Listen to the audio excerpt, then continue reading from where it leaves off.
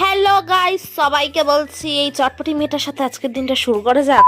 Hello guys, welcome to piles diary. আজকে আমি বলতে চলেছি আমি আজকে সারাটা দিন কি করছি। ওহো, লাস্টে একটা টুইস্ট আছে। আমি আজকে দেখা করতে যাচ্ছি আমার একটা বান্ধবীর সাথে, যার নাম মিষ্টি। আমি মিষ্টি বলে রাখি, তাই জন্যই মিষ্টি বলছি, ঠিক আছে?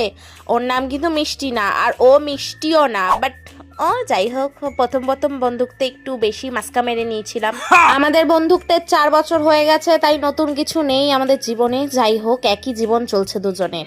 আর তোমরা সবাই বলবে আমি এভাবে কেন কথা বলছি। সত্যি কথা বলতে আমি এভাবেই কথা বলি। আমি একটু এই কদিনের ভিডিওগুলো একটু ভালোভাবে কথা বলছিলাম। আমি দু ধরনের ভাবেই কথা বলতে পারি।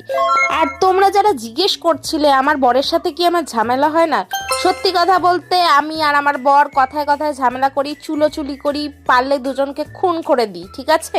যখন আমাদের মাথায় রাগ ওঠে না, আমরা ভুলেই যাই যে আমাদের অপোজিট পার্সন যে বসে আছে সে আমাদের পার্টনার হয়। কিন্তু তার কিছুক্ষণ পরে যখন আমরা খুনোখুনি পর্যায়ে চলে যাই, তারপর মনে পড়ে যে না, এবার ছেড়ে দেওয়া উচিত। ও আমার পার্টনার হয়, লাইফ পার্টনার। মেরে ফেললে পরবর্তীকালে ভূত হয়ে আমার গলাতেই চাপবে। সেই সব কথা বাদই দিই গাইস। আর এখানে আমি দেখতে পাচ্ছ যে আইসক্রিমটা খাচ্ছি, এটা খুবই টেস্টি ছিল। আর এটা আমার বর নিয়ে এসেছিল যখন ও খেতে এসছে, আর আমি রেডি হতে হতে এটা খেয়ে নিয়েছিলাম। তো এইদিকে আমি রেডি হয়ে বেরিয়ে পড়েছি গাইস। দেখতেই পাচ্ছ আমি কত মিষ্টি করে আজকে সেজেছি, কারণ আমি আমার মিষ্টি হাড়ির সাথে আজকে দেখা করতে যাচ্ছি। এই যে আমার এখানে মিষ্টি একটা বান্ধবী, যার নাম রাইমা। তো ওর সাথে আমি চলে গেছিলাম আজকে ডেটে। আর এই যে এই ক্যাফেটা দেখতে পারছো না, এতটাই সুন্দর ছিল যে বলার বাইরে।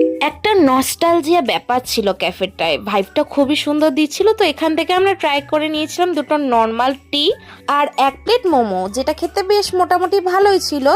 যদি জানতে হয় ক্যাফেটা কোথায় আছে, তাহলে আমাকে কমেন্ট করো, আমি বলে দিচ্ছি, আর লোকেশনও দিয়ে দিচ্ছি কিভাবে যেতে হবে। তো সেইখান থেকে বেরিয়ে আমরা চলে গিয়েছিলাম বৈশাখী খেলার মাঠে, যেখানে মেলা বসেছিল।